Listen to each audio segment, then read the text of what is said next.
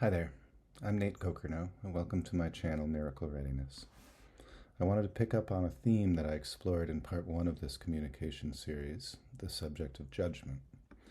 A Course in Miracles has taught me that the right question isn't whether we should judge anything. The more honest question to ask is whether or not we are capable of judging anything correctly. I would argue, along with the author of A Course in Miracles, that we are not capable of judging anything correctly, and I want to spend today explaining why this is true, and why it is actually the most liberating stance we can take concerning judgment. Let's start with some simple science concerning perception. It has been established scientifically that somewhere between the eyes and the brain there is a reversal that happens. In truth, we take things in upside down, and somewhere along the way, as we're processing what's coming into view, there's a mechanism that writes the upside-down picture. Otherwise, we would be experiencing a very destabilizing upside-down world. Cognitive scientists, like my favorite scientist, Donald Hoffman, have all explained to us some of the features of our perceptive mechanisms.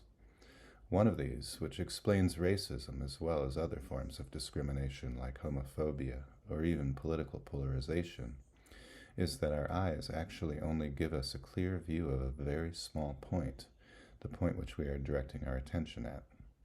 Our brain fills in the rest.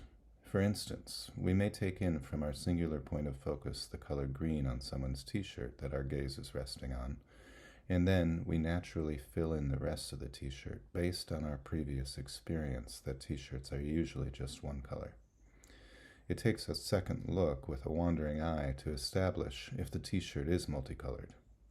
This all happens really quickly and beyond our comprehension, and it has been established by professionals in the scientific realm as the truth about the mechanics of perception. We could extend the same idea to racism in the following way. Say you had one really frightening experience in your past of a person whose skin tone is different than yours. Now you have a prejudice because you unconsciously associate this skin tone with unsafety. Donald Hoffman explains this feature of perception by hearkening back to our foraging days. In foraging for berries to eat, if you got painfully sick from eating that one berry that one time, and let's say that berry was red, then for the sake of self-preservation, you will naturally be weary of all red berries.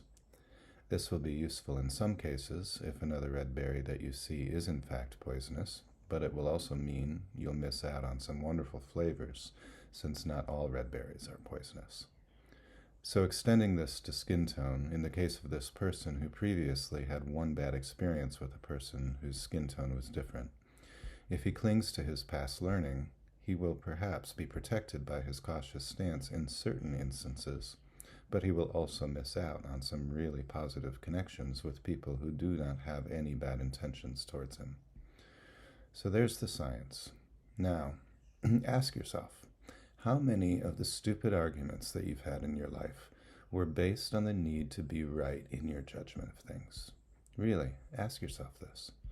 We often argue about what happened, right? And what if neither of us had a perfect, unobscured vision of what happened? Then neither of us is completely right. But we're both right about certain parts of it, and we can't be certain which parts we're right about. It is completely understandable, for me at least, why we are wired this way. We're wired to discern the safe from the unsafe. It informs our decisions, even if we aren't consciously aware of it. Our will to survive is at the root of these physiological developments. But we are still wrong the vast majority of the time. A Course in Miracles emphasizes the truth beyond perception, the knowing that everything that is alive is one. There is one life, not billions and billions of separate lives. There aren't distinct living things. There is only one life, and that is the one we share with all living things. A Course in Miracles says that it is in this knowing that our true safety lies. The perception that we all have of ourselves as separate beings with separate agendas that are often opposed is the sole cause of all fear, and it is pure illusion. That's a pretty big truth pill to swallow, so it takes lots of practice reminding ourselves of these facts about perception to understand the truth beyond perception. grace, one of my favorite words, enters into this equation when I remember as well that it's perfectly logical that we would carry our prejudiced judgments with us. We tend to feel more safe when we are certain about what we see, so we convince ourselves that our perceptions of the world are accurate representations of what is there simply for the comfort it gives us. Therefore, it would be silly of me to judge my brothers and sisters for their judgments as well. If someone tells them that what they think ain't so, it's understandable that this threatens their sense of certainty and thus their sense of safety and stability. But the I don't know mind is where our permanent sense of safety lies. Admitting to ourselves that we don't really know what anything we experience really means is going to place us in a state of mind where we do not feel the impulse to react to other people's truths that seem so different from our own. Fear will no longer arise from this. The logic of this reasoning is that this other person has a different set of truths because they have had a different set of past experiences, right? We construct our understanding of the present moment based on our past experiences. Or as Workbook Lesson 9 from ACIM states, I see nothing as it is now, because, as Lesson 7 states, I see only the past. This is how we transcend our prejudices and open ourselves up to a broader perspective of the world. Now, we're excited to learn from other people's experiences.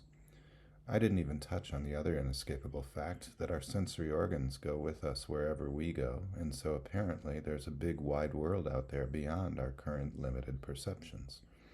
And obviously, what we're not seeing is far more vast than what we are seeing.